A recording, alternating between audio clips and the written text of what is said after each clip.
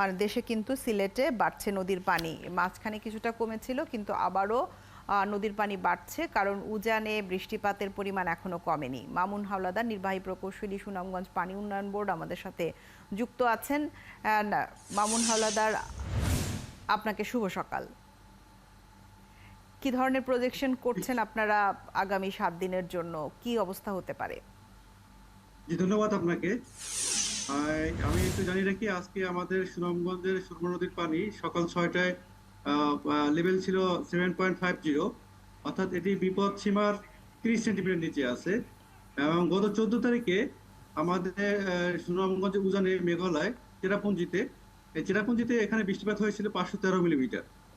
13 millimetre বৃষ্টিপাত হওয়ার কারণে কিন্তু ওর পরের দিন অর্থাৎ 15 তারিখে কিন্তু আমাদের 56 সেন্টিমিটার পানি বৃদ্ধি পেয়েছিল, যার জন্য আমরা একটা বন্যা পরিস্থিতির মতো অবস্থা তৈরি হয়েছিল। কিন্তু আমাদের এই যে 15 তারিখ গতকালকে, আমার কাছে এখন পর্যন্ত আমার রিপোর্টটা আসে না যদিও, কিন্তু আমরা আমাদের নদীর পানি লেভেল দেখে বুঝতে পারি যে আসলে গত সেদিন 14 তারিখে যে 13 মিলিমিটার বৃষ্টিপাত হয়েছিল, সেটা কিন্তু সেই পরিমাণ বৃষ্টিপাত দুজনে হয় নাই, যার জন্য আজকে পানির লেভেল খুবই একটা বেশি বাড়ে নাই। গতকালকে ছিল 7.52, আজকে সকাল 6টায় 7.50, অর্থাৎ 2 সেন্টিমিটার কমেছে।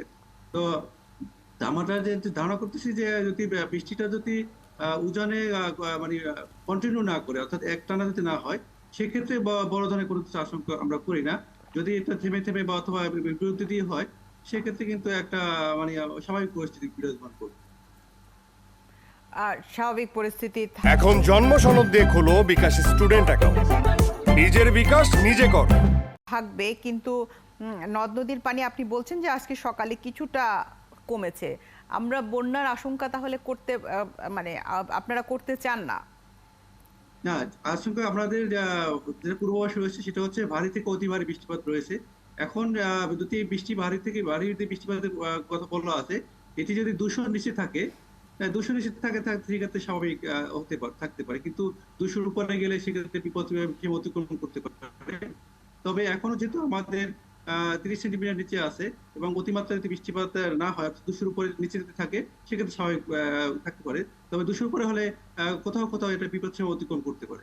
আগামীকাল তো ঈদ, কালকে বৃষ্টিপাতের পরিমাণ কি ধারণা করছেন, কেমন কি হতে পারে? এই বৃষ্টিপাতের তথ্যটা এটা এটা আমাদের এটাও ভারী থেকে অতি ভারী বৃষ্টিপাতের পূর্বাভাস রয়েছে, সেক্ষেত্রে এটি 200-র ভিতরে থাকতে পারে। তবে এটা প্রেডিকশন তো সবসময় ঠিক হয় না। তবে 200 ভিতরে থাকলে আমাদের আশা করি যে কোনো বিপজ্জনক কিছু ঘটবে না। যদি ধরেন আসলে বৃষ্টিপাতের পরিমাণ বাড়ে উজানে, এবং পানি যদি আবারও ঢল আসে, আমাদের প্রস্তুতি কেমন রয়েছে? যে আমাদের প্রস্তুতি, আমাদের এখন যেহেতু বর্ষা মৌসুম, আমাদের সরকারি ডিপার্টমেন্ট সহ সংশ্লিষ্ট স্থানীয় জনগণ যারা আছে, সবাই এই বিষয়টা বিশেষ সতর্ক আছে, যেহেতু আমাদের এখন যে কোনো সময় বড় ধরনের বন্যা হতে পারে। কারণ হচ্ছে যে এটি সম্পূর্ণটাই নির্ভর করে আপনার উজানে চেরাপুঞ্জি বৃষ্টিপাতের উপর, এবং এখানে বিশ্বের যে জায়গাগুলোতে অতি বৃষ্টিপাত হয়, বেশি বৃষ্টিপাত হয়, সেগুলোর মধ্যে একটি স্থান হচ্ছে চেরাপুঞ্জি। তো এখানে যে কোনো সময় আসলে একটা অতিমাত্রায় বা ভারী বৃষ্টিপাত হতে পারে।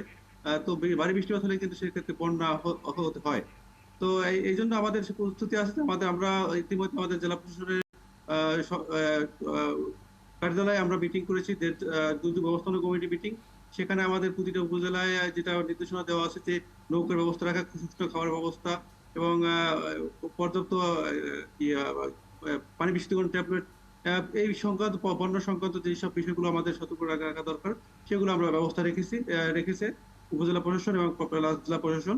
তো আমরা তাদেরকে সহযোগিতা করছি, আমাদের পানি উন্নয়ন বোর্ড থেকে তাদেরকে আপনার ডে বাই ডে মানে প্রতি 3 ঘন্টা পর পর তাদেরকে আপডেট দেওয়া হচ্ছে যে বন্যার পরিস্থিতি কি।